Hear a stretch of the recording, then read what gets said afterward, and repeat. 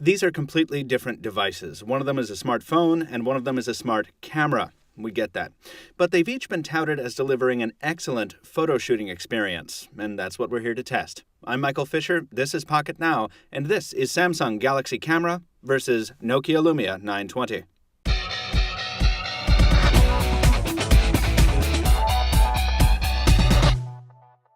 Now, while we show you these two very different but very white devices, I'll take the opportunity to remind you to follow Pocket Now at the usual spots with the links in the description down below. Now that we got that out of the way, let's go ahead and compare these device cameras quickly from hardware and software perspectives, and then we'll get into real-world shots and a footage face-off. Let's go. First, let's talk about some lens differences here. The Lumia 920's camera is a smartphone shooter, but it's one of a different breed. Its 8.7 megapixel resolution isn't too special, but the optical image stabilization built around it is. In fact, you won't find it on any other smartphone. The optics are Carl Zeiss, its f-number is 2.0, and it's got a 26mm focal length. Video recording is supported at 1080p resolution, and the flash is a short-pulse high-powered dual LED. On the software side, there's very little here to set this apart from any other Windows phone. Hopping into the photo settings reveals the stark Windows Phone interface with scenes, ISO adjustment, exposure control, white balance control, and a few other settings. We also have access to Windows Phone's lens functionality here, which on a Nokia device especially means a whole lot of added functionality via third-party apps. One of the things we don't particularly like about Windows Phone is that when you do select a scene, the viewfinder doesn't give you any indication that a scene has in fact been selected.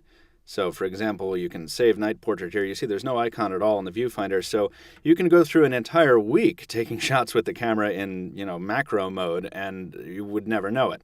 That and the lack of HDR, something of a standard on smartphones these days, ruffles our feathers a bit. Switching to the Galaxy camera, we've got a whole nother ballgame here. The sensor on this sucker is 16.3 megapixels with this huge extendable lens providing 21x optical zoom ability.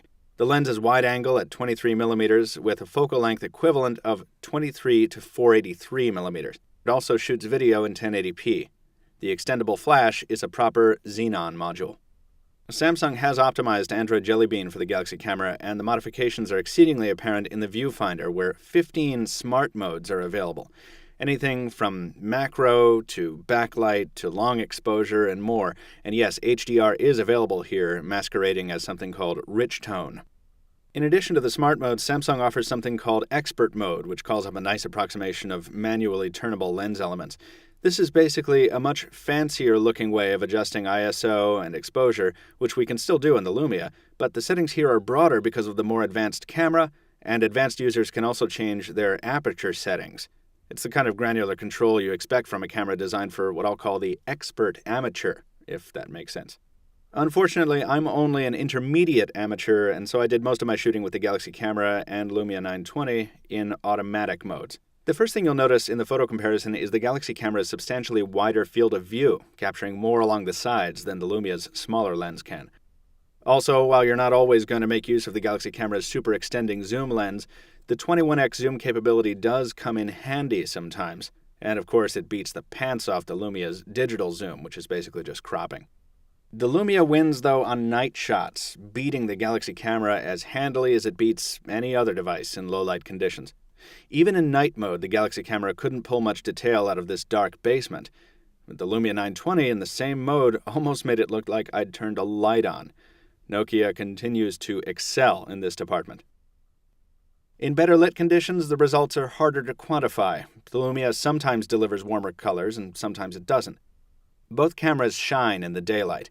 Colors are well saturated without being too blown out. Contrast is good, and so is white balance. Indoor conditions produce more inconsistent results. If you keep the Lumia still, it can actually produce sharper shots. The key is being able to keep it still, which isn't always easy. Manual shutter speed control would really help experts in this situation, but the long exposure times are what gives the Lumia its excellent night capture ability. So it's a toss-up. As for video, we had to compress and crop these to get them in this comparison, so you'll want to see the unprocessed sample footage on our YouTube channel, but a quick comparison shows the Galaxy camera delivers warmer tones indoors. The biggest surprise came from audio, though, which is much more robust on the Galaxy camera than on the Lumia 920. Now, maybe this is a side effect of those concert filming modifications Nokia was recently talking about. Who knows? In sum, each of these devices delivers a good, bordering on very good, camera experience for its respective category.